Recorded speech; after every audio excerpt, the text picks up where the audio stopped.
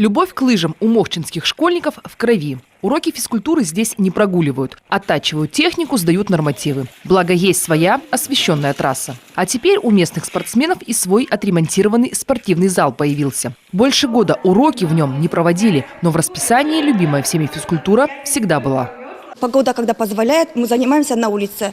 Осенью и весной на площадке спортивной, а зимой на лыжах. Когда погода не позволяет, конечно же, мы проводим теоретическую часть в кабинетах, а также в коридоре среднего звена. Например, сейчас строевая подготовка. Фундамент износился, в здании было холодно. Но даже не это было главной проблемой. Построили спортзал еще в 80-х, и деревянная постройка уже просто не выдерживала испытаний временем. После экспертизы в августе 2016-го приняли решение делать капитальный ремонт. Детям было опасно здесь находиться, потому что стена уже была падающая, потолок был обвисший. И буквально, когда начали убирать потолок рухнул.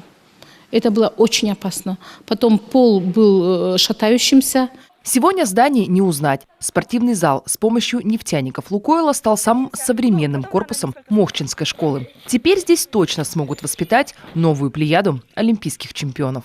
Виктория Палкина, Иван Богомолов, телеканал Юрган, Ижемский район.